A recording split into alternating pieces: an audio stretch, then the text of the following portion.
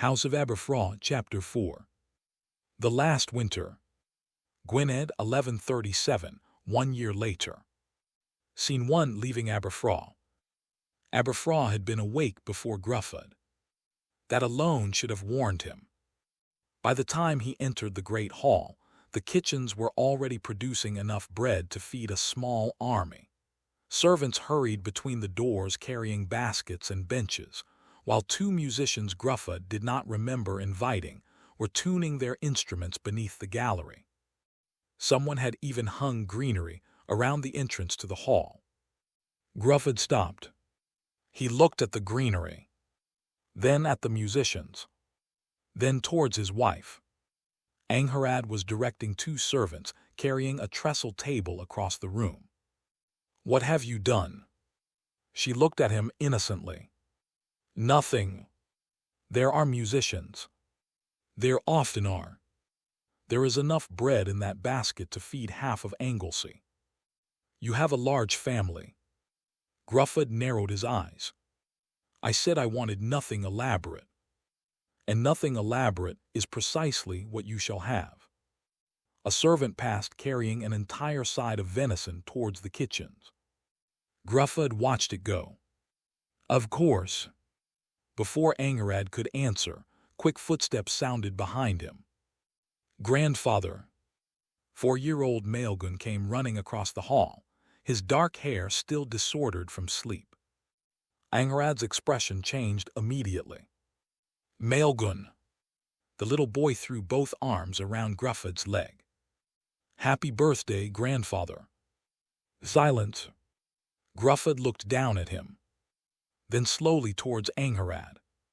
His wife closed her eyes. From somewhere behind them came a poorly concealed laugh. Gruffydd smiled. "Thank you." Maelgwn beamed. "We're having a feast." "Are we?" "Yes, and there's music, and Ma'am said I'm not supposed to tell you about the—" "Maelgwn." The boy stopped. Angharad stared at him. "What?" "Go and find Sinan." At the mention of his elder brother, Maelgwn immediately forgot the unfinished secret and ran towards the doors. Gruffydd laughed. "He comes from a distinguished family." "He certainly does." Angharad came towards him and adjusted the fur at the collar of his cloak. Gruffydd endured it for several moments. "I am capable of dressing myself." "I know. You don't behave as though you know. Because knowing you are capable of something and trusting you to do it properly are different matters." Gruffydd looked at her. She smiled. He caught her hand. Age had touched them both. It had silvered Angharad's hair and slowed her steps, just as it had stooped his shoulders and placed an ash staff permanently within reach of his hand. Yet when she looked at him like that, Gruffydd could still see the young woman who had chosen to share the uncertain future of an exiled prince. "Nothing elaborate?" he asked. "Nothing elaborate." Another servant hurried past carrying 2 jugs of wine. Gruffydd raised an eyebrow. Angharad withdrew her hand. "I have things to do." "So I see." She walked away before he could question her further. Gruffydd smiled. Outside, Aberffraw was coming fully awake. Children shouted in the courtyard. Horses stamped against the frozen ground. Somewhere beyond the doors came the familiar voices of his grandsons. His family. Once Aberffraw had seemed impossibly large. Now there were days when Gruffydd wondered how they all fitted inside it. 4 children he and Angharad had raised beneath its roof. Once 4 voices had filled these halls. Now only 2 remained. Cadwallon had been gone 5 years. Gwenllian scarcely 1. The knowledge came quietly. It always did. Not as the sharp wound it had once been, but as an absence woven permanently into the shape of everything that remained. Owen. Cadwallader. His surviving sons. His grandchildren filling spaces once occupied by their parents. Gruffydd listened to Maelgwn shouting somewhere beyond the doors and allowed himself to smile. Grief had not emptied Aberffraw. Life had simply continued around it. He was still smiling when Owain entered. His son paused inside the doorway and surveyed the preparations. "I thought you didn't want a celebration." "So did I." "Mother." "Your mother." Owain smiled. "Did you try stopping her?" Gruffydd gave him a flat look. "Of course not." "Happy birthday, father." The teasing disappeared from Owain's expression. Gruffydd smiled. "Thank you." Owain embraced him briefly. When they separated, Gruffydd reached for his staff. "Come riding with me." Owain frowned. "Now?" "Yes. Today. Especially today." "Where?" "You'll see." "Does mother know?" "No." Owain immediately looked towards the far end of the hall. "Then I'm not going." Gruffydd laughed. "You've faced Norman armies. Norman armies don't remember things for 40 years. She'll blame me." "No, she'll blame me." "Probably." Owain shook his head. "Why today?" For a moment, Gruffydd simply listened to the life around them. The servants. The musicians. Maelgwn shouting somewhere outside. Then he looked at his son. "Because there are things I want to show you." "What things?" "If I tell you, there'll be little point in showing you." Owain knew that expression. His father had already decided. "Just us." "Just us." "No guards." "No." "Father." "I'm old, Owain, not helpless." "I didn't say you were." "You were about to." Owain sighed. "Fine." They almost reached the doors. "Where are you going?" Both stopped. Angharad stood behind them. Owain immediately pointed at his father. "He asked me." Gruffydd stared at him. "You coward. I told you she'd blame me." Angharad folded her arms. "We're going riding," Gruffydd said. "I can see that. We'll be back before the feast." "Take guards." "No. You are 82 years old. So everyone keeps reminding me. It is your birthday." "I had noticed." Angharad's eyes softened. "Then perhaps for one day you might allow people to worry about you." Gruffydd stepped closer and kissed her gently upon the forehead. "I'll be careful." "Promise?" "Yes." She looked towards Owain. "Before the feast." Owain nodded. "Before the feast." Gruffydd muttered something about conspiracies and continued towards the courtyard. 2 horses were brought forward beneath a pale winter sun. Owain mounted easily. Gruffydd took longer. He refused the groom's offered hand, eventually settling into the saddle and adjusting his cloak. Owain pretended not to have watched. "Ready?" Gruffydd asked. Owain nodded. The gates opened. Behind them, Aberffraw was alive with preparations. Music, food, children, family, those still living, those remembered. A celebration waiting for their return. Ahead lay only the road. They rode eastwards, the sea glimmering beyond frost-covered fields. Smoke rose from scattered farmsteads while seabirds wheeled above the coast. For a long while neither spoke. Owain found himself enjoying the silence. It reminded him of journeys they had shared when he was a boy, eager to hear stories of battles and kings. Except now Gruffydd was 82, and Owain was 37. Without thinking, Owain shortened his horse's stride. "Stop that," Gruffydd said. "Stop what?" "Riding as though I'm made of glass." "I'm riding slowly." "Exactly. You are 82. So your mother informed me." Owain smiled. Gruffydd urged his gelding forward. Owen followed. After another mile, he looked across at his father. "So, we're inspecting the kingdom." "No, no." A faint smile appeared beneath Gruffydd's silver beard. "Not the kingdom." He rode a few paces farther. "It's lessons." Owen frowned. "I don't understand." "I know." Gruffydd looked towards the rising sun. "But you will." They continued until the cultivated fields surrounding Aberffraw gave way to rougher ground. Low hills rose ahead, their winter grasses pale beneath the morning light. Beyond them stood the distant mountains of Gwynedd. Gruffydd slowed his horse. "I used to think kingdoms were made by kings." Owen looked towards him. "And now? Now I think kings spend most of their lives discovering how little belongs to them." "That's a cheerful thought for your birthday." "I've had 82 of them. I'm entitled to honesty." Owen laughed. Gruffydd gestured towards the farms scattered across the valley. "When I was young, I thought recovering Gwynedd would be the difficult part." "It was." "No, recovering it was simple." Owen stared at him. "You spent decades in exile." "Yes." "You crossed the sea repeatedly." "Yes." "You fought half the men who claimed authority in North Wales." "More than half." "And that was simple." Gruffydd smiled. "Compared with ruling them afterwards."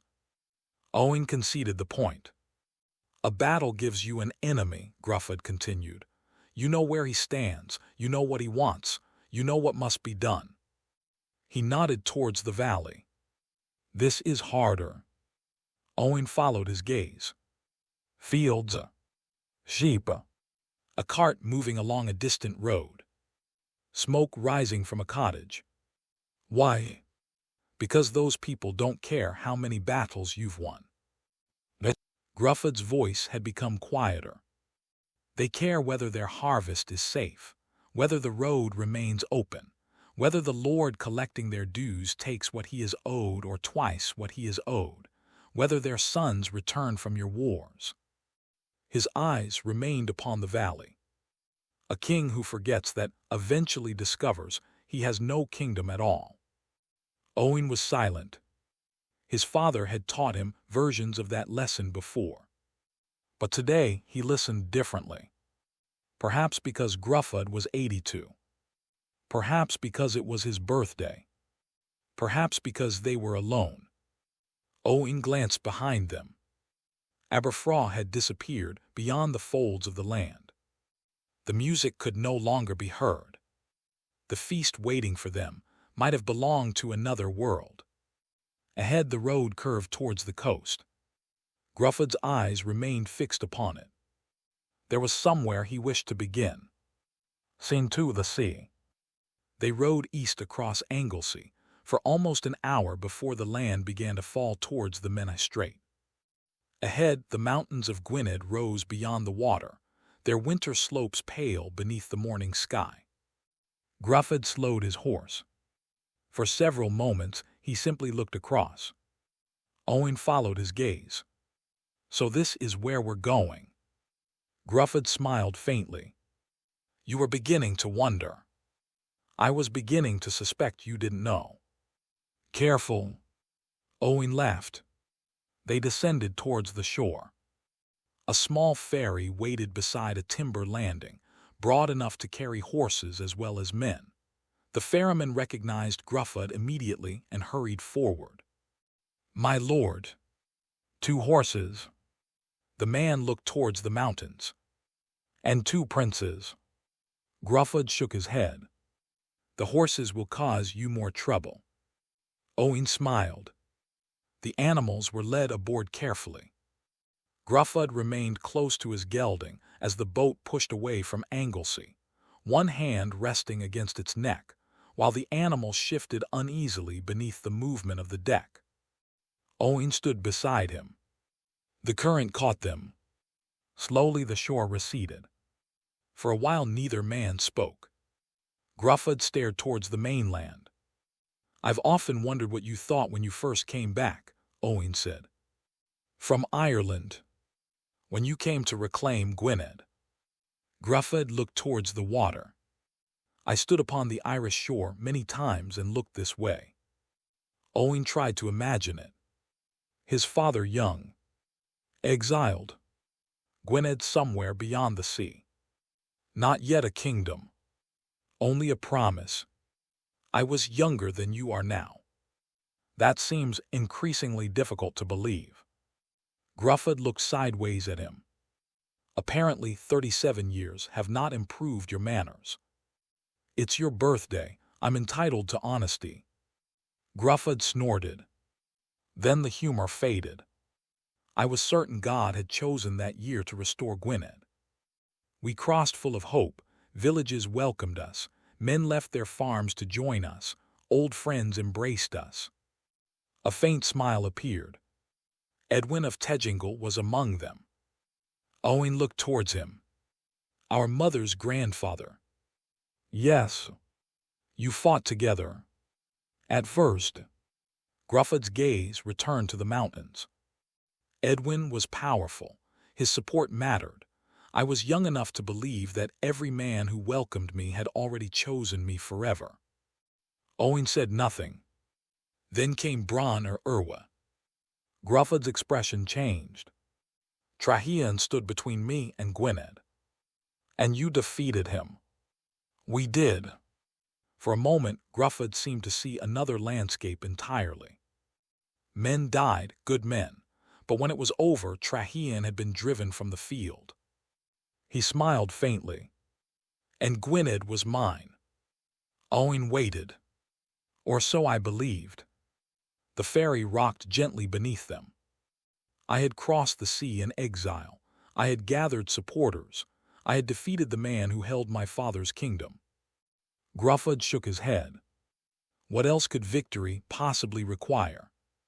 "Holding it." Gruffydd looked at him. "Exactly." His smile disappeared. "Bronn or Urwa taught me how to win a kingdom." He looked towards the mainland. "What followed taught me how difficult it was to rule one." The alliances that had raised him did not remain whole.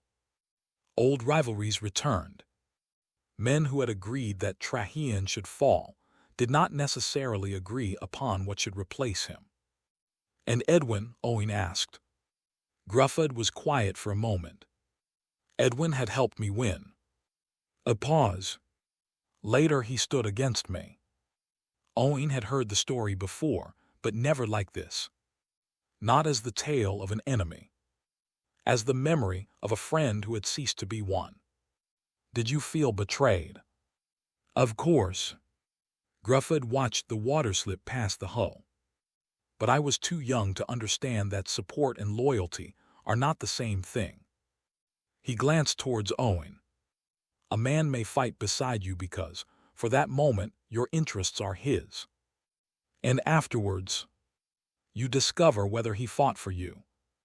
Gruffydd paused. "Or merely beside you." Owain considered that. So Bronn or Urwa wasn't the lesson. It was half of it. The victory. The easy half. Gruffydd smiled without humor.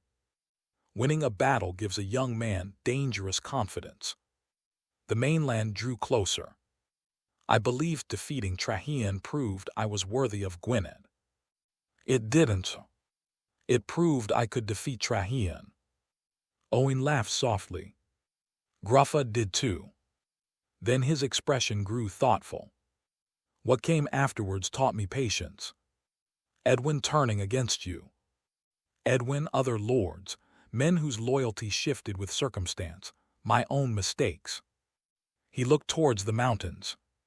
"I learned that a kingdom is not a battlefield after the fighting ends. The men who stood against you are still there. Their families are still there, their lands, their grievances, their pride." Gruffydd's eyes narrowed against the winter light. "You cannot kill every man who might one day oppose you." Owain thought of Tegingle, of 3 bodies upon a hall floor. Gruffydd seemed to notice the silence but did not turn. If you try, you will eventually discover that fear can empty a kingdom faster than war. Water struck rhythmically against the hull. Owen looked back towards Anglesey. So what did you learn? Gruffydd considered the question. That victory is an event. He looked towards Gwynedd. Rule is everything that comes afterwards. The keel scraped gently against the landing. The ferryman called to his companion. The crossing was over. Gruffydd gathered his reins. Bronn or Urwa taught me that I could win. Owen looked towards him. And what followed? Gruffydd smiled faintly. That winning was not enough. The horses were led carefully ashore. Gruffydd mounted with Owen's help, settling heavily into the saddle. Ahead, the road climbed towards the mountains. Gruffydd looked towards Uriri. Come. Owen mounted beside him. Together, they turned their horses towards the high country. Behind them lay Anglesey. Ahead waited Gwynedd. And another lesson. Scene 3, Snowdonia. By midday, the coastline had disappeared behind them. The road climbed steadily into the heart of Uriri, where towering mountains rose from deep valleys clothed in oak woodland and scattered pine. Streams tumbled over ancient rocks before vanishing beneath narrow stone bridges, while patches of lingering snow still clung to the highest ridges despite the lengthening days. Gruffydd slowed his horse as they reached a broad hillside, overlooking one of the valleys below. He brought the animal to a halt. For a long time, he simply looked across the landscape. Owen recognized the place immediately. You hid here. Gruffydd smiled. For a while. He shook his head. No. We hid everywhere. His gaze moved across the mountains.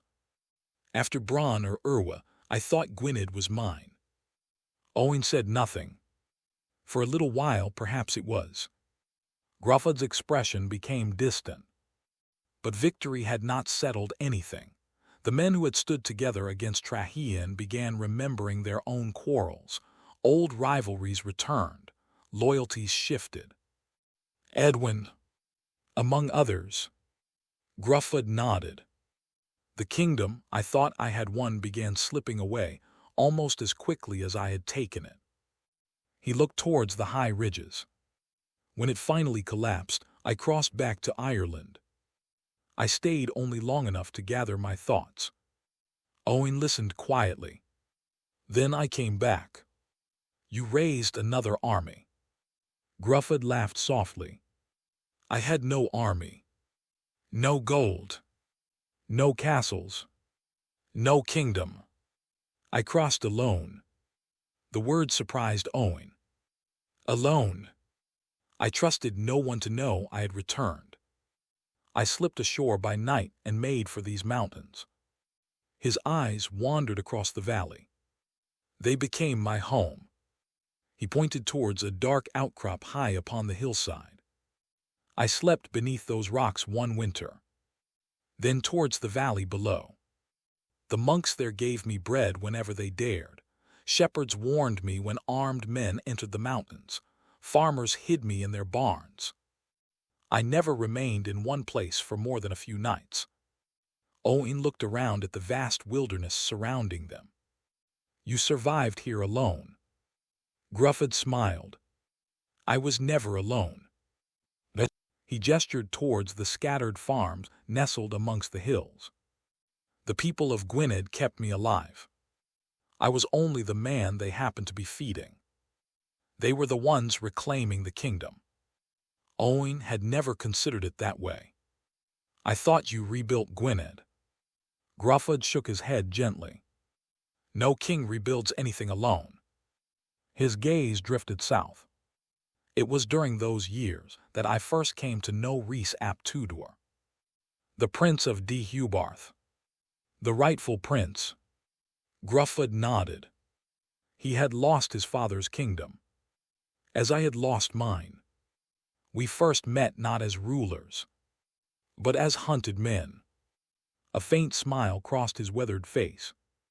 We shared fires beneath the same rocks. We shared whatever food could be found. We listened together while shepherds carried news from the valleys below.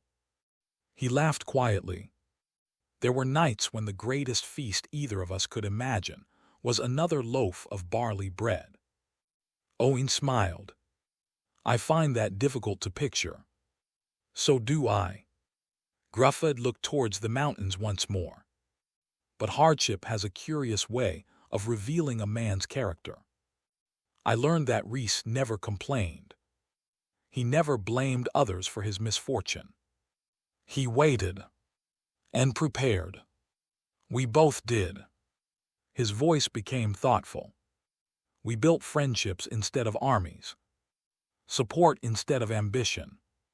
When the time finally came, the armies arrived of their own accord. Owen looked at his father. Myned Carn. Gruffydd nodded. Myned Carn. He could almost see it still. The banners gathered. The old enemies stood together. Rhys beside me. Not because we had sworn an oath, but because we had become brothers. His eyes remained fixed upon the distant mountains. Trahean fell. So did the men who had kept us from our father's kingdoms. Rhys reclaimed Deheubarth. I reclaimed Gwynedd. Neither man spoke for several moments. Only the wind moved through the mountain grass. Owen finally broke the silence. When Gwenllian married Rhys's son, I thought it was simply a wise alliance. Gruffydd smiled. So did most people. He looked at his son, but they saw only the wedding. I remembered the mountains, the caves, the hunger, the waiting. He drew a slow breath. I trusted Rhys with my life. What greater gift could I give his son? His voice faltered, only slightly. Then my daughter. The smile left his face. For a moment, Gruffydd seemed no longer to be looking across Uriri. Owen said nothing. There was no need. Gwenllian had been dead scarcely a year. Gruffydd's eyes lowered. She was so pleased that day. A faint smile returned, but this one carried something heavier. She tried very hard to appear solemn. Owen smiled. She failed. Completely. For a heartbeat, both men remembered her as she had been. Not the princess killed in Deheubarth. Not the wife of Gruffydd ap Rhys. Not the daughter whose death had stirred kingdoms. Only Gwenllian. The girl who had ridden where she was forbidden. The sister who had never accepted being left behind.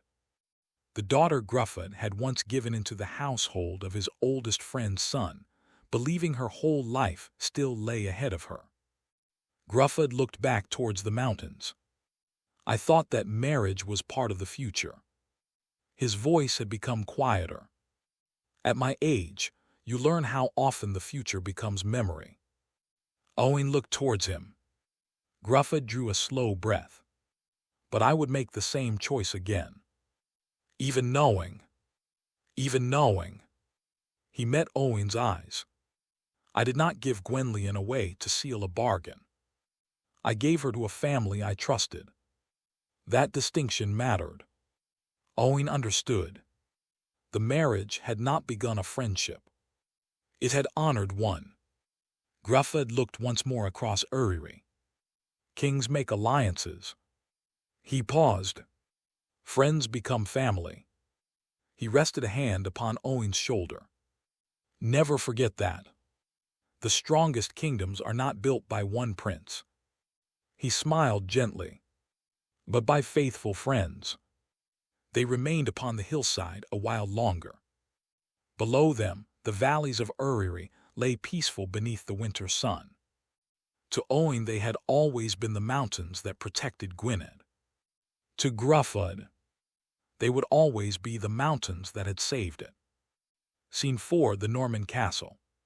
The mountains slowly gave way to gentler country. By late afternoon, They reached the ruins of an old Norman castle overlooking the valley below. Much of its outer wall had collapsed long ago, leaving broken stone scattered across the hillside where sheep now grazed peacefully amongst the fallen masonry. Ivy climbed the remaining towers, and small trees had taken root where Norman soldiers had once kept watch. Gruffydd brought his horse to a halt. For several moments he said nothing. Owain studied the weathered walls. "You were held here." Gruffydd shook his head. "Not here, Chester, for nearly 13 years. The word surprised Owain. Though he had always known his father had once been the Norman's prisoner, the years had never seemed quite so many until they were spoken aloud. Nearly 13 years. Longer than some men lived after reaching adulthood. Gruffydd swung one leg carefully over the saddle. The movement was slower than it had been that morning. He paused for a moment before lowering himself towards the ground, one hand gripping the saddle firmly. His boots touched the earth awkwardly, and his knees almost failed beneath him. Owain stepped forward instinctively. Gruffydd caught his arm. For several breaths the old prince remained there, one hand upon his son and the other against his horse, waiting for the stiffness to leave his legs. Owain said nothing. Neither did Gruffydd. At last he straightened and reached for his ash staff. 82, he muttered. Owain suppressed a smile. "I didn't say anything. You were thinking loudly." Owain laughed softly. Gruffydd gave him a sideways look before turning towards the ruined gateway. They led their horses through together. The courtyard was silent. Only the wind whispered through empty arrow slits. Gruffydd walked slowly, not because he seemed uncertain where he was going. Quite the opposite. His eyes moved from wall to wall with uncomfortable familiarity. Owain noticed. "This reminds you of Chester." Gruffydd nodded. "Normans have never been particularly imaginative." Owain smiled. "A castle is a castle. A Norman castle is a Norman castle." Gruffydd gestured towards the surviving tower. "Stone, timber, cold, and someone standing above you convinced God placed him there." Owain laughed. Gruffydd did not. He stopped before the remains of a narrow stone tower. The doorway stood black against the fading afternoon. "My chamber was the same as this." Owain looked towards it. "It seems small." Gruffydd smiled without humor. "It was." He stepped inside. Owain tied the horses outside and followed. The air immediately became colder. The walls rose close around them, shutting out much of the daylight. Damp clung to the stone, and the smell of earth filled the narrow chamber. Gruffydd stood motionless. Owain watched him. For the first time since they had arrived, the ruins seemed to disappear from his father's eyes. He was somewhere else. Somewhere 40 years behind them. Gruffydd rested one hand upon the rough stone. "I slept upon the floor." His fingers moved slowly across its surface. "No fire. No bed. In winter." He paused. The frost formed upon the walls before the sun had risen. Owain looked down at the hard earth beneath their feet. "Every night." "Most." Gruffydd smiled faintly. "Occasionally they gave me straw." "Why?" "Because even Normans dislike prisoners dying before they have decided what to do with them." Owain looked at him. Gruffydd's smile disappeared. "There were chains." His gaze dropped towards an iron ring still set into the wall. He moved towards it. Slowly. His staff struck the stone floor with each step. He stopped before the ring. "They did not keep me bound every day. Only when they believed I might escape." Gruffydd ran his fingers lightly across the rusted iron. "I soon learned that chains become lighter than loneliness." His voice had become distant. I could hear the castle waking every morning, the guards changing watch, the horses in the yard, the smith at his forge. He smiled sadly. And every Sunday, the church bells. He closed his eyes. I heard them. I never saw the church. I never saw the people walking there. I only heard the bells. Owen looked towards the narrow window high above them. So little light. There were days I scarcely knew whether it was dawn or dusk. Owen tried to imagine 13 years measured by sounds beyond a wall. Footsteps, voices, horses, bells, winter becoming spring, spring becoming summer, and his father remaining within the same walls while the world continued without him. After a long while, Owen asked quietly, "Were you angry?" Gruffa had considered the question. At first, and afterwards. He looked once more at the stone walls surrounding them. Afterwards, he hesitated. I was afraid. The admission hung in the air. Owen looked up.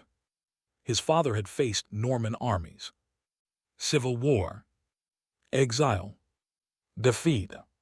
He had crossed seas to reclaim a kingdom and watched men die beneath his banner. Owen had never imagined fear belonging anywhere within him. Gruffa noticed his expression. "You seem surprised." "I am." "Then I have allowed the songs to lie to you." Owen frowned. Gruffa turned towards him.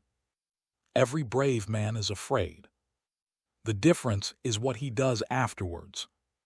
Owen said nothing. Gruffa looked back towards the iron ring.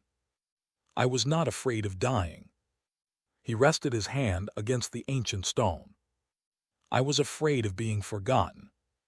The words seemed somehow heavier within the confined chamber. A man dies only once. But if those he loves forget him, it is as though he never lived at all. Owen thought of Gwynedd beyond these walls, of Aberffraw, of the court that now revolved around the old man standing beside him. But they didn't forget. Gruffa's expression softened. No, they remembered. He turned from the wall. When the Welsh rose against the Normans, the guards turned their eyes towards the rebellion. A faithful man named Cynrig came to Chester. The townsfolk were at dinner. My arms and legs were still bound in chains. Gruffa paused.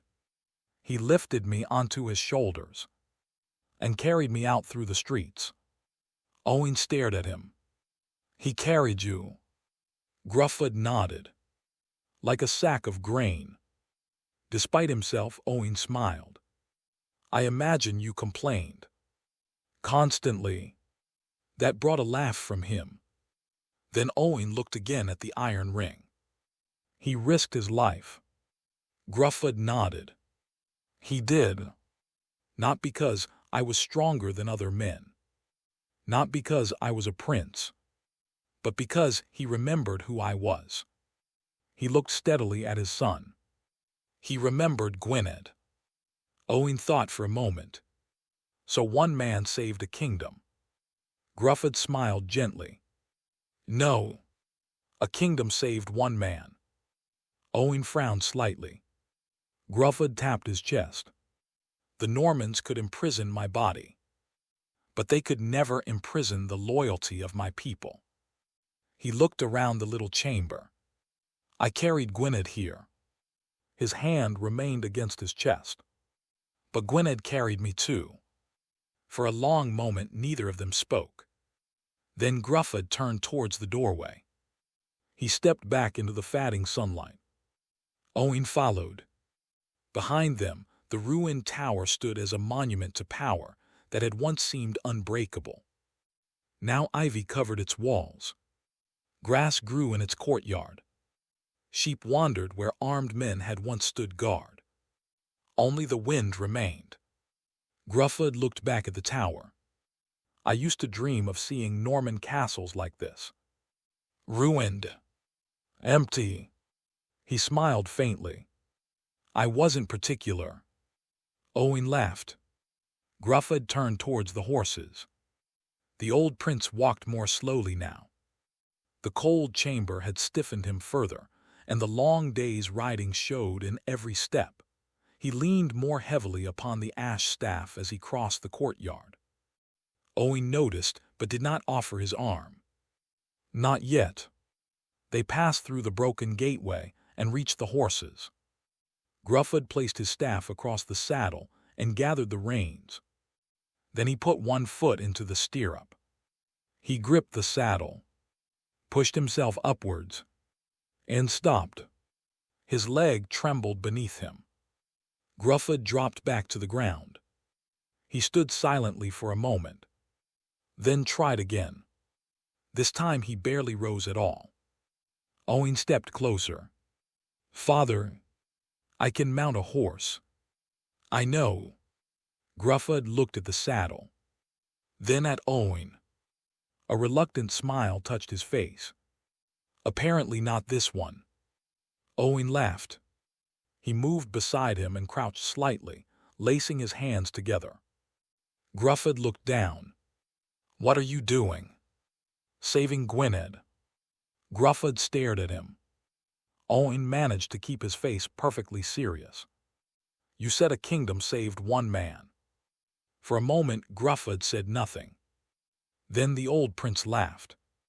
It was a deep, genuine laugh that seemed strangely out of place amongst the ruins. Idiot. You're idiot. Unfortunately.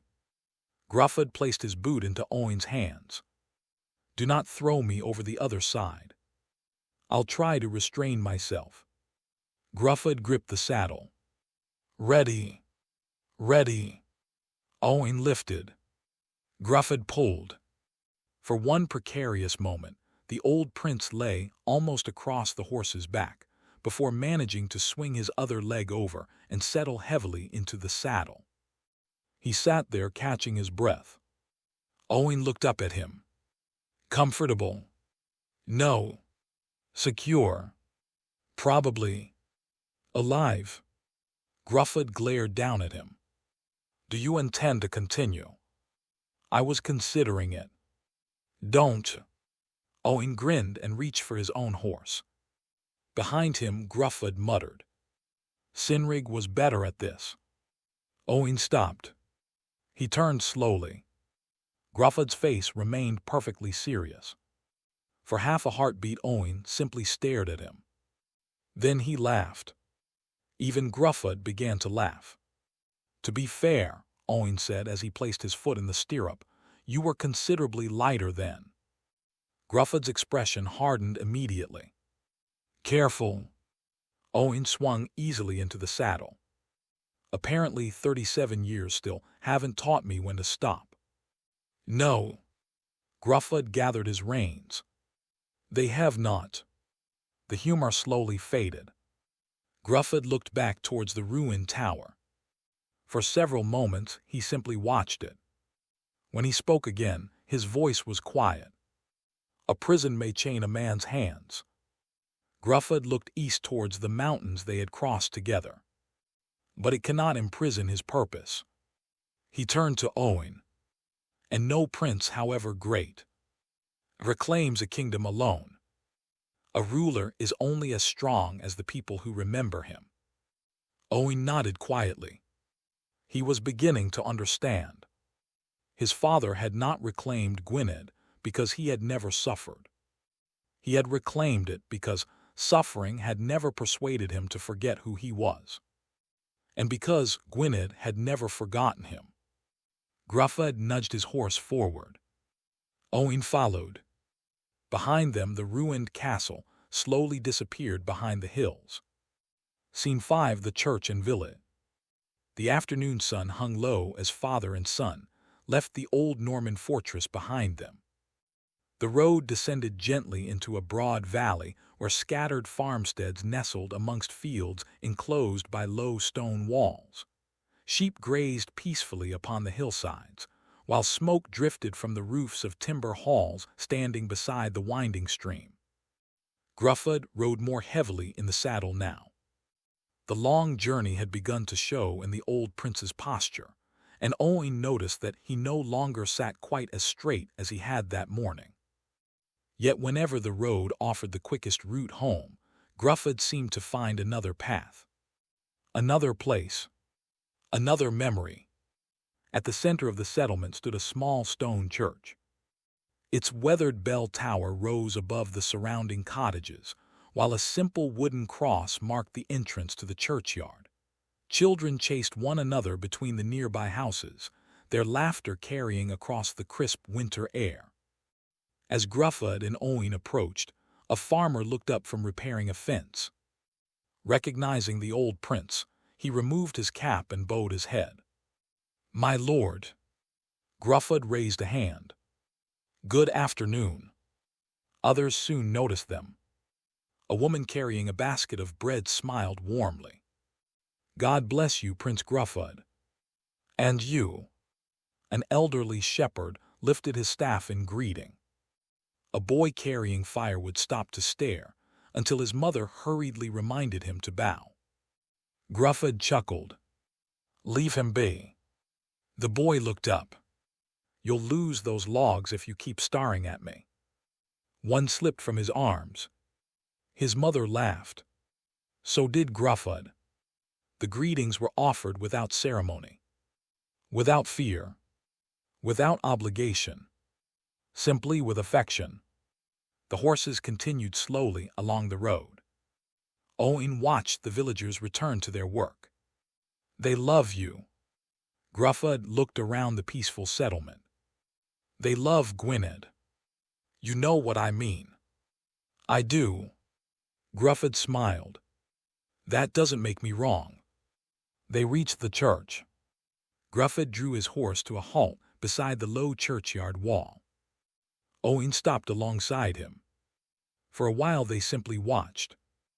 An elderly woman emerged from the church carrying candles. Two younger women stood talking beside the gate. Beyond them, weathered stones marked generations of villagers who had lived and died within the same valley. Gruffydd's expression softened. "I first met your mother in a place very much like this." Owain turned towards him. "You've never told me." "No." Gruffydd thought for a moment. "I don't suppose I have." His gaze remained upon the church. She had chestnut hair. When the sun caught it, it shone almost copper. A faint smile appeared. Brown eyes, kind eyes, the sort that listened before they judged. And she possessed a remarkable talent. Owain raised an eyebrow. What was that? That she could end an argument before anyone realized she'd begun speaking. Owain laughed. "Useful being married to you." "Extremely." The humor faded slowly. "She was wiser than I ever became." His eyes returned to the churchyard. "When I first met Angharad, there were men who thought I had lost my senses." Owain smiled faintly. "Because she was Owain Fradwer's daughter." "And Edwin's granddaughter." Gruffydd nodded. "The same Edwin who had once fought beside me." "At Bron or Urwa." "Yes." For a moment the old prince said nothing. "He helped me win Gwynedd." Then his expression hardened slightly. "And later he stood against me." Owain listened. Years after Edwin was gone, his son made his own choice. "Owain Fradwer, your mother's father." Gruffydd's voice had become quieter. "When Chester and Shrewsbury came into Gwynedd, he chose them. He helped drive you out. Back across the sea." A pause. "And years later, I married his daughter." Owain looked towards him. "When you say it like that, it sounds foolish." "Unlikely." Gruffydd smiled. It seemed unlikely then too. He looked towards the villagers moving around the church. Our houses had every reason to hate one another. Edwin had been ally and enemy. His son had helped my enemies invade Gwynedd. Men had died because of choices made by both families. He paused. I could have carried that hatred forward. Owain said nothing. I could have looked at Angharad and seen only her father. Gruffydd's expression softened. But she was not her father. The words settled between them. Nor were the men of Edwin's house condemned to repeat everything Edwin or Fradwar had done. Owain thought of Tejingal, of Cadwallon, of 3 men killed because of what they might one day become. Gruffydd continued. There were men in both households who believed peace could never exist between us. They were wrong, because you defeated them. Gruffydd shook his head. Because I welcomed them. Owain listened. Former enemies came to Aberffraw expecting suspicion. They found kindness. They expected conquerors.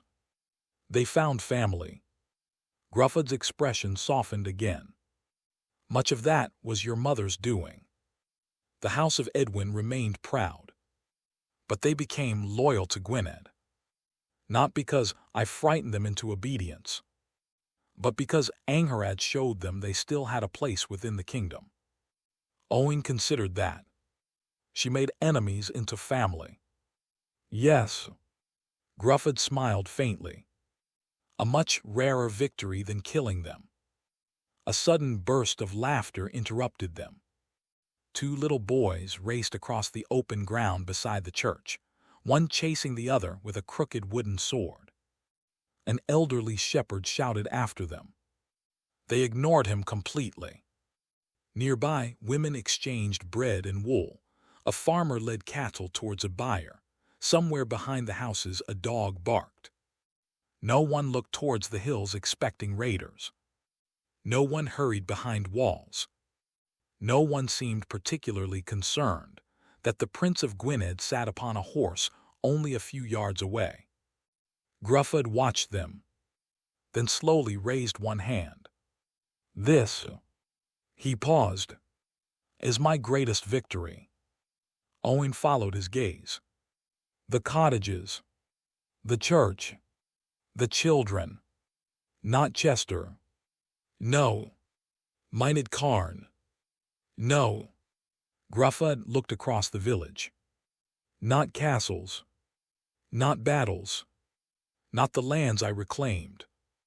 His eyes settled upon the children. This. Owain waited. People who no longer fear one another. The words hung quietly between them. When I was young, I believed a king's greatness could be measured by the enemies he defeated. Gruffydd shook his head. I was wrong. What changed? Age. Owain smiled. And experience. Mostly age. Careful. Owain laughed. Gruffydd looked back towards the village. It is easy to win a battle. It is harder to win a man's loyalty. He glanced towards the church. Harder still, to win his friendship. His eyes settled upon Owain. Remember that. Winning peace is harder. He smiled softly. Than winning war. Owain looked once more across the quiet settlement. He thought of Rune, Hywel, Cynan, Iorwerth. One of them would one day inherit the kingdom their grandfather had rebuilt. Owain had spent years thinking about what they would need to learn. How to ride, how to fight, how to command, how to defend Gwynedd when enemies crossed her borders. Now another lesson seemed just as important. Perhaps preserving what Gruffydd had built would demand something harder than courage. Perhaps his sons would need to learn when not to fight. Gruffydd gathered his reins. Come. Home. The old prince glanced towards the sinking sun. Unless you intend to make an 82-year-old man spend the night on this horse. Owain smiled. I wouldn't dare. Good. Gruffydd nudged his horse forward. Owen followed. Behind them, the church bell began to ring. Gruffydd did not turn around, but Owen saw him smile. Scene 6: The Final Hill. As the sun began its slow descent towards the western sea, father and son left the settlement and followed the road towards the final ridge. The path climbed steadily. Earlier in the day, Gruffydd might have urged his horse onwards, but now he allowed the animal to choose its own pace. The old prince sat heavily in the saddle, one hand resting upon the pommel whenever the ground grew steep. Owen remained close beside him. Neither spoke. At last the path leveled. They reached the summit together. From the crest of the hill, almost the whole of Gwynedd seemed to lie before them. The mountains of Eryri rose like great stone guardians to the south. Beyond them stretched forests dark with winter, scattered villages sending thin columns of smoke into the evening sky, and church towers standing watch over the valleys below. For several long moments neither man spoke. Gruffydd slowly guided his horse around, taking in the landscape. "I've always loved this place." Owen smiled. "I can see why." The old prince looked across the kingdom he had spent his life reclaiming. "When I was a boy, I dreamed of seeing Gwynedd only once." He raised a hand towards the landscape. "I never imagined I would one day rule her." Silence returned. Then Gruffydd spoke. "Do you remember what I asked of you when Cadwallon died?" Owen looked towards him. "I remember. One heir. One Gwynedd." Gruffydd nodded. "You understood the argument then." "I did. And now?" Owen looked across the valleys. "I wasn't the father of 5 sons when you made it." A faint smile touched Gruffydd's face. "Exactly." The wind moved gently across the ridge. "I have watched Gwynedd divided," Gruffydd said. "I have watched brothers become rivals. I have watched princes waste their strength fighting one another, while strangers took what neither brother could defend." He pointed east. "The Normans did not conquer our lands because every Norman lord was greater than every Welsh prince. They succeeded because we divided what they united." Owen said nothing. "When I returned to Gwynedd, I inherited the consequences of generations of division. Every man had a claim. Every cousin had supporters. Every brother could become an enemy." Gruffydd's mouth tightened. "I spent half my life putting Gwynedd back together." He turned towards Owen. "I would not spend the other half preparing to tear her apart when I died." Owen understood the argument. He always had. But understanding it as a prince was different from understanding it as a father. "So before Tegengul, you intended Cadwallon to succeed you?" Pain briefly crossed Gruffydd's face. "Yes." "Why him?" Gruffydd looked towards the eastern hills. "Because I believed he was the man most likely to preserve what I had built." Owen waited. "He was my eldest." That made the answer simpler. Men already looked to him. He was strong, decisive, experienced. He understood war, and he did not hesitate when Gwynedd was threatened. "You thought he was the right man." "I did." "Then Tegengul changed your mind." Gruffydd was silent for a moment. "It showed me something I could no longer ignore." Owen remembered the 3 bodies. The blood upon the rushes. Cadwallon's certainty that men should die for what they might one day do. "I had been looking at Cadwallon's strengths," Gruffydd continued. "Tegengul forced me to look at what those same strengths might become without judgment." Owen turned towards him. "So you stopped believing Cadwallon should rule?" "I stopped believing I knew which of you should." The answer surprised him. Gruffydd met his eyes. "That was why I took you hunting." Owen stared at him. "The hunt?" "I wanted to watch you. All of us. All of you." Owen remembered the forest. Cadwallader crashing through the undergrowth.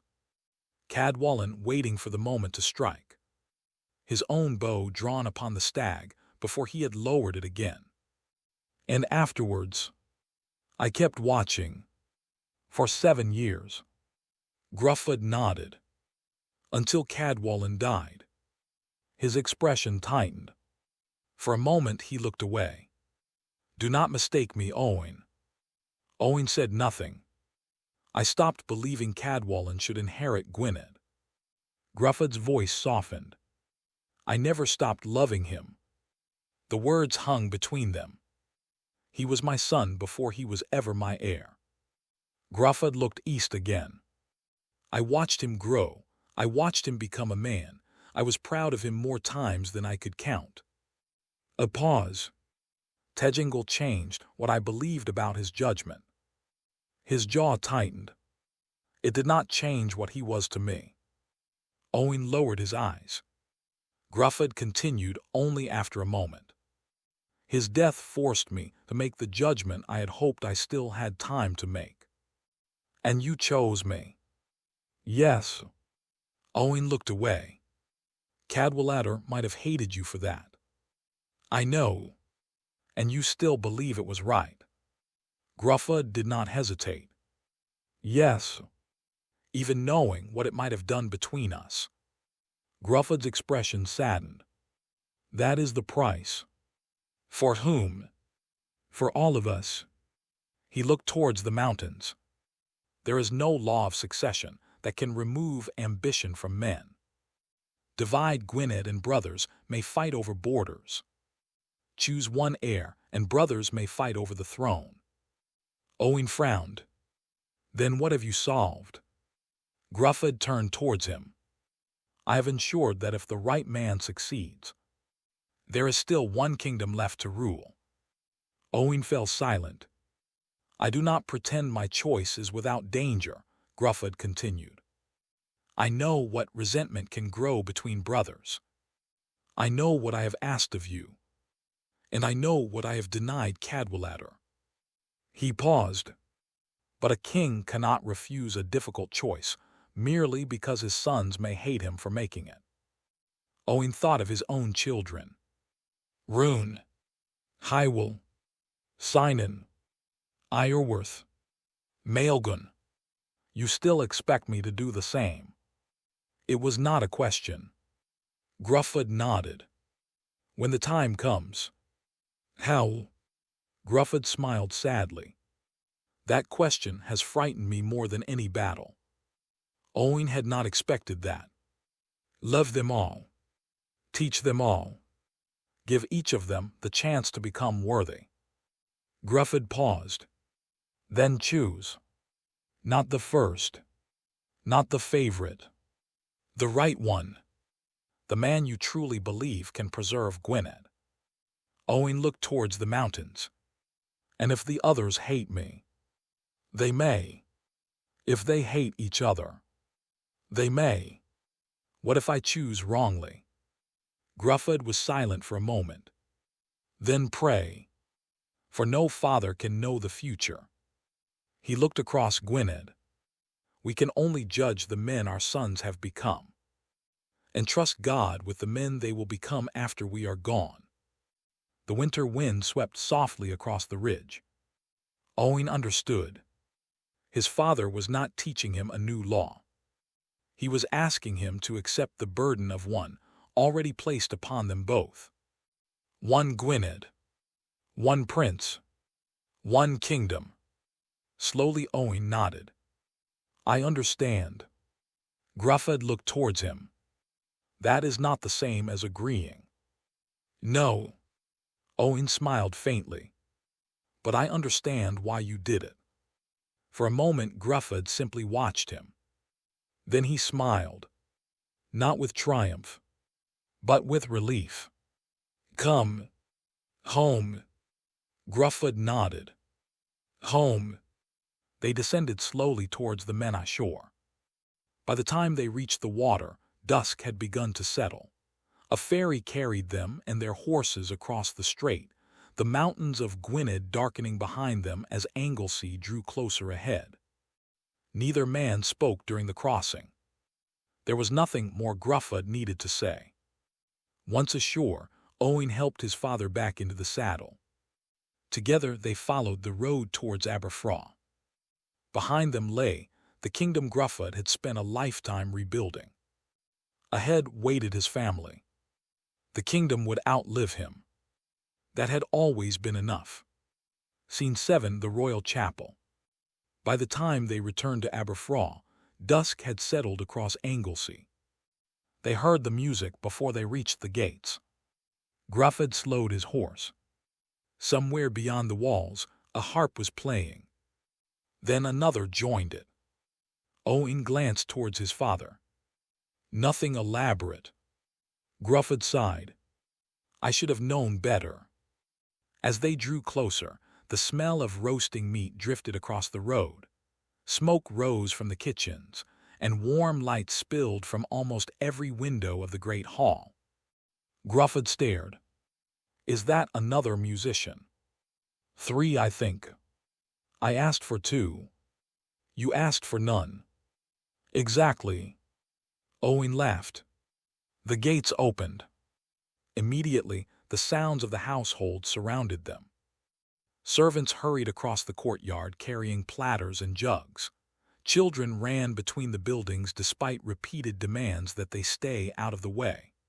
Greenery hung around the entrance to the hall, and through the open doors Gruffud could already see candles being lit along the walls. Maelgwn spotted them first. Grandfather. The little boy came racing across the courtyard. You came back.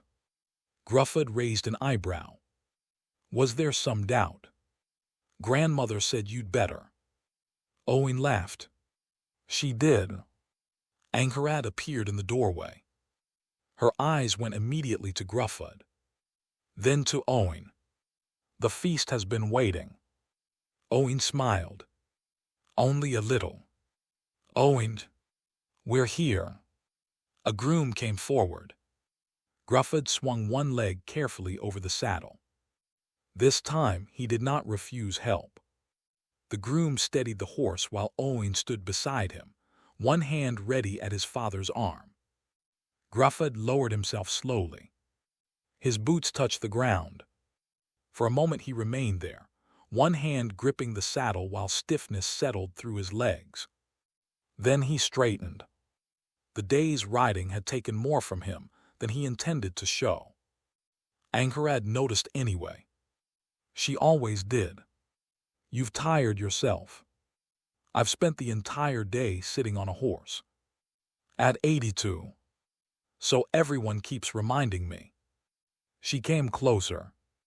Was it worth it? Gruffud looked towards Owain. His son met his eyes. Yes. Angharad studied them both. Something in their expressions must have satisfied her. She nodded. Then come inside, everyone is waiting. Gruffud looked towards the brightly lit hall. Laughter spilled through the doors. His sons, grandchildren, his family gathering for the feast. For a moment he seemed ready to follow. Then his gaze moved beyond the hall, towards the small stone chapel at the edge of the courtyard. Owain noticed. Father. Gruffud was silent. Angharad followed his gaze. The feast can wait. Gruffud looked at her. She smiled. Not too long. Of course. She kissed his cheek and returned towards the hall. Maelgwn followed her, shouting something about a surprise he had definitely not already revealed. Gruffud handed the reins to the groom and reached for his ash staff. Come. Owain followed him across the courtyard.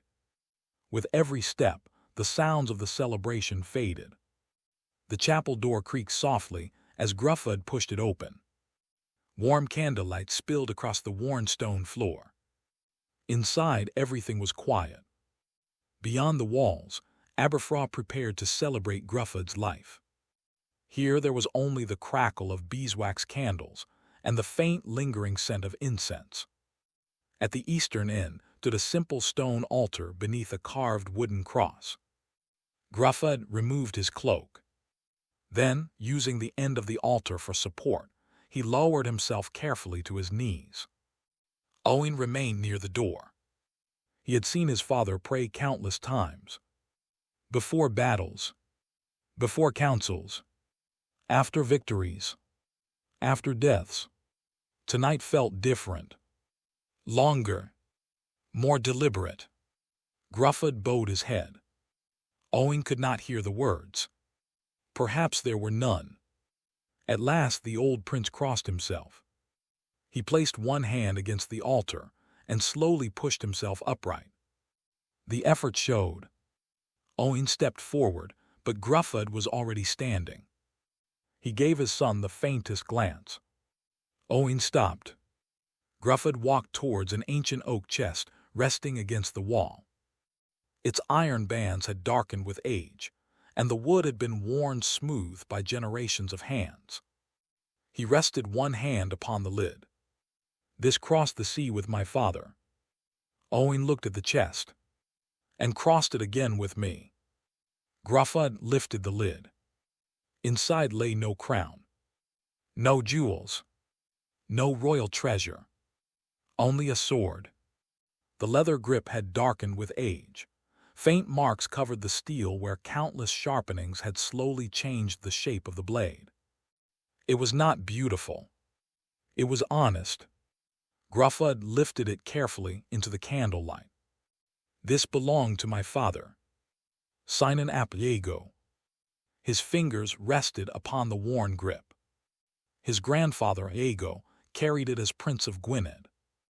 When Iago was murdered, a loyal man took it from his body and placed it into my father's hands as he fled. He dreamed of bringing it home. Gruffydd's expression softened. "He never did." Owain said nothing. "I carried it home for him." Gruffydd turned towards his son, then held out the sword. Owain stared at it. "Father, take it." Owain accepted the weapon with both hands. The weight surprised him, not because the blade was heavy, because suddenly every generation of his family seemed to rest within it. Gruffydd watched him. "We merely carry these things for a little while." Then he closed Owain's fingers around the hilt. "Now," his voice had become almost a whisper, "it is your turn." Owain looked up. There had been no coronation, no council, no gathering of nobles. Outside, musicians were preparing to celebrate Gruffydd's birthday. Inside a quiet chapel, the old prince was giving away the symbol of everything he had spent his life recovering. "One day," Gruffydd continued, "you will place this into another son's hands. When that day comes—" He waited until Owain met his eyes. "Do not place it into the first hand." A long silence followed. "Place it into the right one." Owain looked down at the sword. It was no longer merely an old weapon. It was judgment. The man who receives this will not simply inherit Gwynedd. He will inherit every generation that preserved her before him. Gruffydd's expression hardened. He will hold the lives of every Welshman who calls her home. Then softened again. "Choose with wisdom. For if you choose well, the kingdom will endure." Owain swallowed. "And if I choose poorly?" Gruffydd smiled sadly. "Then pray that God corrects what men cannot." For a long moment neither spoke. From beyond the chapel walls came the faint sound of laughter. Life continuing only yards away.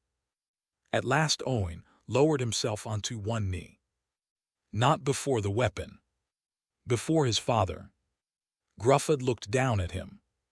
For a heartbeat, the 37-year-old prince disappeared. He saw the child who had once raced through Aberffraw with a wooden sword far too large for his hands. The boy asking questions. The young warrior riding beside him. The son who had become the man upon whom Gwynedd would soon depend. Gruffydd placed one hand upon Owen's head. May Almighty God grant you wisdom before courage, mercy before anger, and faith before fear. His hand remained there. May he preserve you, that you may preserve Gwynedd. Owen bowed his head. Amen. Gruffydd smiled. Not the smile of a king, not of a warrior, only of a father. Outside, the music began again. Gruffydd looked towards the chapel door. They'll be wondering where we are. Owen rose, still holding the sword. Mother certainly will. Then we'd better not keep her waiting. Gruffydd closed the chest. Together they turned towards the sounds of the waiting feast. Scene 8, the final evening. By the time Gruffydd and Owen left the chapel, the feast had already begun. Music drifted through the open doors of the great hall, mingling with laughter and the clatter of cups. Candles burned along the walls while servants hurried between the tables carrying bread, roasted venison, cheeses, and steaming bowls from the kitchens. Gruffydd stopped just inside the doorway. He looked around, then towards Angharad. This is your idea of nothing elaborate. She smiled. I restrained myself. I dread to imagine what extravagance looks like. Owen laughed. Conversation paused as the old prince entered. Then someone raised a cup. Happy birthday. Others joined in. Soon the whole hall was echoing with it. Gruffydd lifted one hand. That is quite enough. It was not. More laughter followed. He lowered himself carefully into his chair beside Angharad. A moment later Iorwerth approached with a wooden practice sword tucked beneath one arm. Grandfather. Gruffydd smiled. Come here. At 9, Iorwerth was lean, dark-haired, and watchful. He rarely fought to be noticed. He simply noticed everything. Gruffydd drew him into a brief embrace. You've grown taller. So father says. And stronger. I can strike the practice post 50 times without stopping. Only 50. Iorwerth grinned. I lost count. Then perhaps you reached 60. He held out the sword. For you. Gruffydd blinked. For me. I made the grip. Gruffydd examined the uneven leather binding. It's excellent. You mean it? I do. He rested it carefully beside his chair. Across the hall, Rune and Maelgwn had resumed an argument. I struck you first, Rune said. You did not. I did. You missed. I was being merciful. You tripped. I slipped. Owen shook his head. There was no chicken this time. The entire table laughed. Rune turned towards him. That happened once. Once was enough. Beside him sat Sinan, 10 years old and incapable of sitting still. I would have one, he declared. Against who? Rune asked. Both of you. You couldn't even reach my shoulder. I'll grow. And until then, I'll fight from a horse. Little Maelgwn nodded enthusiastically. I'll help. Everyone looked towards him. How? Sinan asked. Maelgwn thought seriously. Then brightened. I'll bite them. The hall erupted. Even Gruffydd laughed until he coughed. Angharad rested a hand upon his arm. I'm fine. I didn't say anything.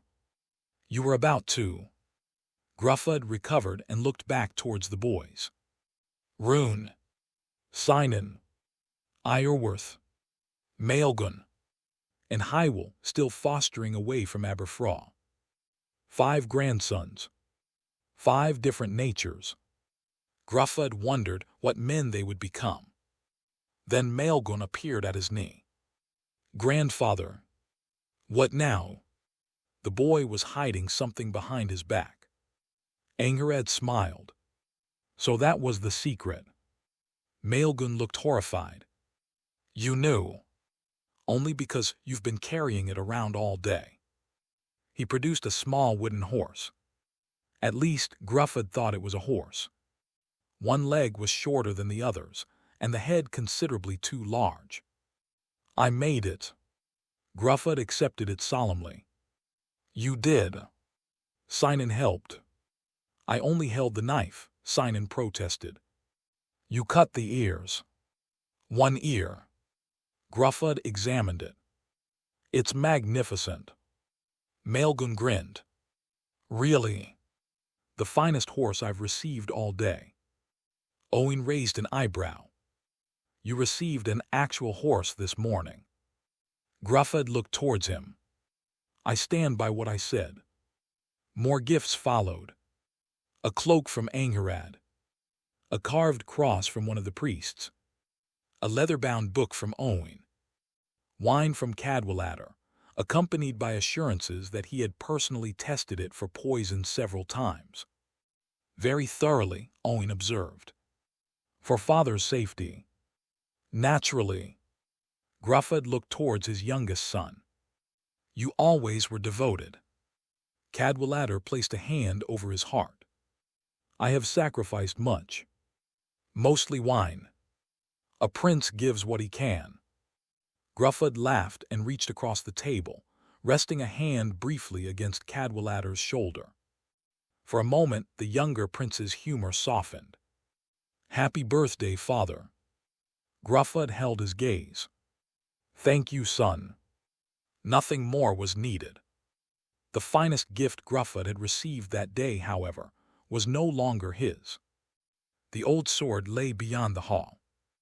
In Owen's keeping now. Exactly where it belonged. Gruffydd's eyes wandered along the table.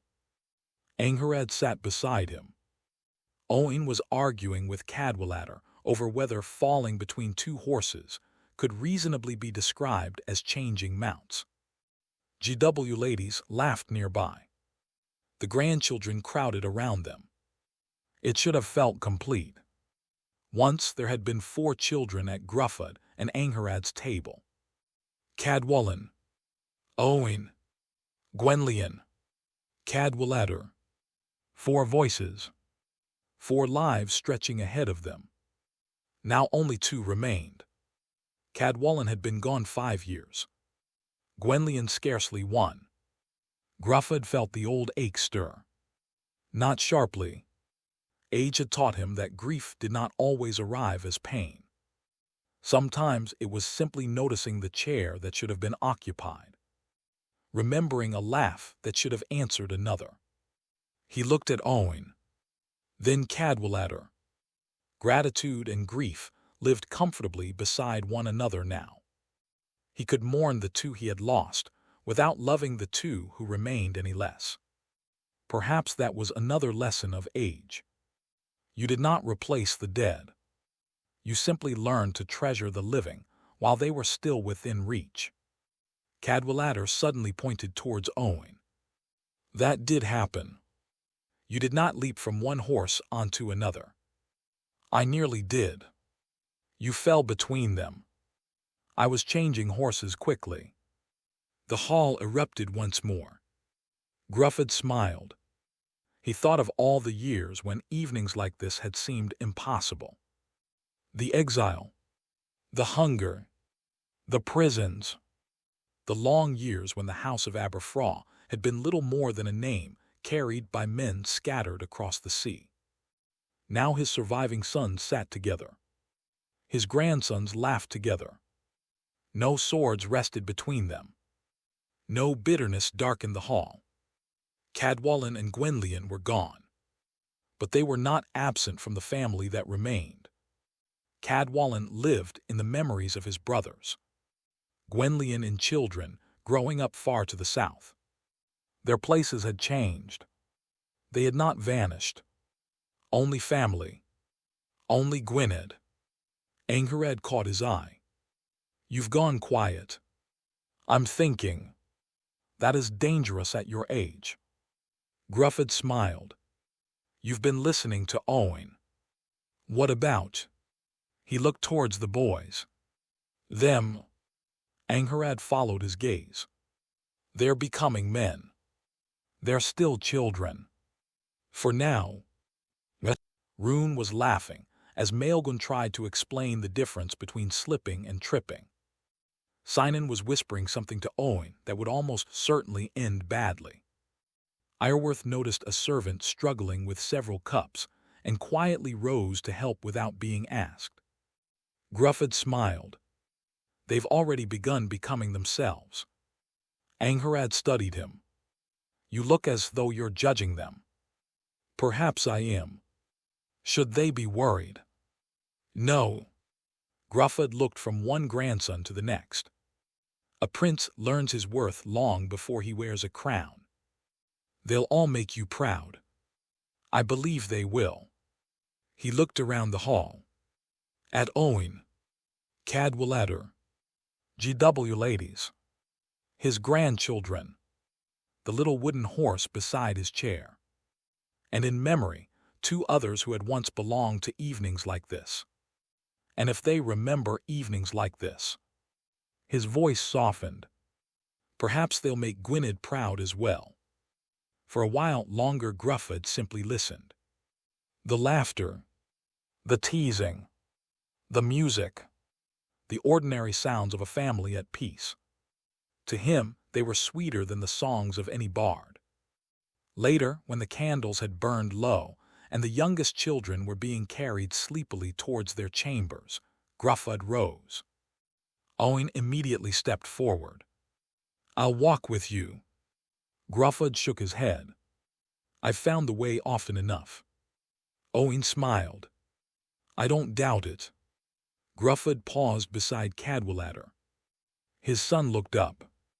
Going already. I am 82. So everyone keeps telling you. Gruffydd smiled. He squeezed Cadwallader's shoulder once. Good night, son. Cadwallader smiled back. Good night, father. At the doorway, Gruffydd looked behind him. Half-empty cups. Crumbs of bread. The wooden horse. His 2 surviving sons. His grandchildren. Angharad beside the fire. The family that remained. Gruffydd had spent much of his life being the one left behind. Tonight he understood what a gift it was simply to have people worth leaving. Angharad caught his eye and smiled. Gruffydd returned it. Then he looked towards Owen. Good night, my son. Good night, father. Gruffydd walked slowly away. Owen watched until the chamber door closed softly behind him. It was the last time he would ever see his father alive. Scene 9, the funeral. The music faded slowly from Aberffraw. Gruffydd ap Cynan went to bed on his 82nd birthday, having spent the day exactly where he wanted to be. At home. With his family. He did not wake again. Before dawn, the bells of Aberffraw began to toll. Owen woke to them. For several heartbeats he lay motionless. Then came the knock. A servant stood beyond the door. My lord. His face told Owen everything. The king. A pause. He passed peacefully in his sleep. Owen closed his eyes. Yesterday's laughter seemed impossibly close. Who found him? Lady Angharad. Owen dressed and walked towards his parents' chamber. The palace was strangely still. Servants stood silently against the walls. Somewhere near the kitchens, a woman was crying. As Owen crossed the hall, he noticed greenery still hanging above the doorway. Yesterday, it had decorated his father's birthday feast. Today, the Prince of Gwynedd was dead. Within days, Aberffraw filled with mourners. Princes and Uchelwer came from across Gwynedd. Clergy from churches Gruffydd had restored. Abbots, monks, warriors whose hair had grown gray beneath his banners. Farmers who had never carried a sword, yet whose lives had been shaped by the peace he had won. Gruffydd had ruled longer than many of them had been alive. Some remembered the young exile, others the warrior. Most had known only the old prince, who seemed as permanent as the mountains themselves. The coffin was carried from the great hall, beneath the banner of Aberffraw. Owen walked at its head, Cadwallader beside him. Behind them came Angharad, then children and grandchildren. Rune walked differently that morning. The 16-year-old who had laughed with his brothers days earlier was silent now, his face composed with the determination of a boy trying to behave like the man everyone increasingly expected him to become. Hywel had returned from Setifer's household for his grandfather's burial and walked beside him.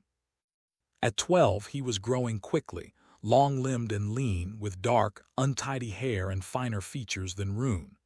His face was rarely still, his quick eyes sharpening whenever a question occurred to him, which was often. Sinan followed. Iorwerth.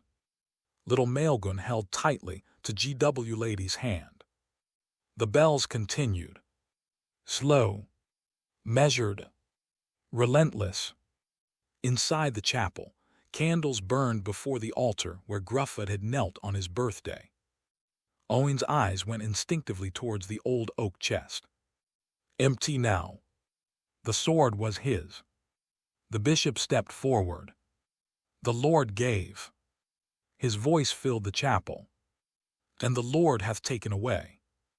A pause. Blessed be the name of the Lord. Owen bowed his head. The prayers continued. He scarcely heard them. Instead, he heard his father.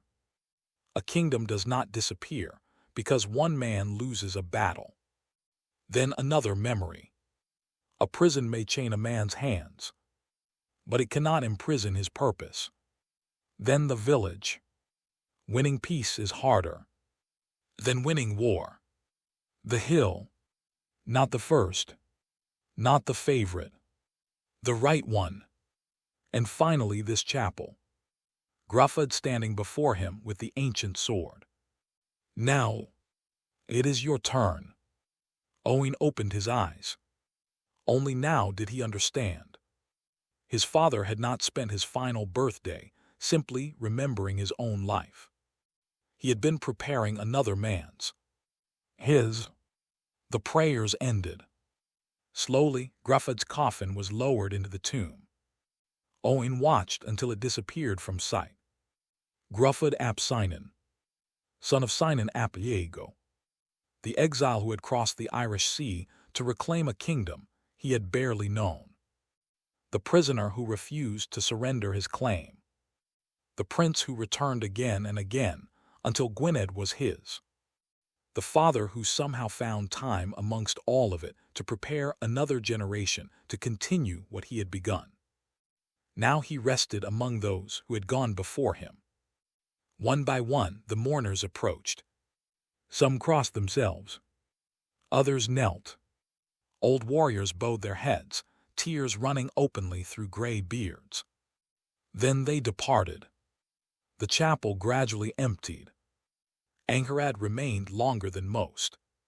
She approached the grave and rested one hand upon the stone. No words.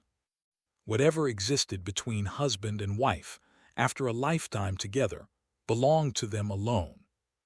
Eventually Cadwallader offered his arm. Angharad accepted it. As they passed Owen, she stopped and touched his cheek. You have his eyes. Owen swallowed. Then she continued towards the doors. Cadwallader remained. He rested a hand upon Owen's shoulder. He was proud of you. Owen looked towards the grave. I know. You were fortunate. Owen glanced at his brother. So were you. Something passed across Cadwallader's face. Then he nodded. Yes. He squeezed Owen's shoulder and followed their mother outside. Soon Owen stood alone. Yesterday his father had stood here. Yesterday Gruffud's hand had closed his fingers around the ancestral sword. Yesterday Owen had still been someone's son before he was anything else. Now there was no one standing before him. No father to seek. No prince to follow. Only the grave. And the kingdom waiting beyond the doors. Owain knelt. He remembered the promise made upon the hill. One Gwynedd. One prince. One kingdom. I'll keep it. The words were barely a whisper. Perhaps only God heard them. Owain rose. He adjusted his cloak and walked towards the doors. Outside, the bells had fallen silent. Hundreds waited beyond the chapel. Warriors, priests, achilwer, servants, farmers, his brothers, his sons, his mother, his family, all waiting. Not for Gruffud. Not any more. Owain stopped upon the chapel steps. Winter sunlight spread across Anglesey. Beyond it lay the mountains his father had recovered, the kingdom he had rebuilt, and the people he had ruled for almost 40 years. Gruffud's kingdom. His father's kingdom. Owain drew a long breath, then stepped forward. For the first time in his life, there was no Prince of Gwynedd above him. The sword was his. The promise was his. And now, so was Gwynedd.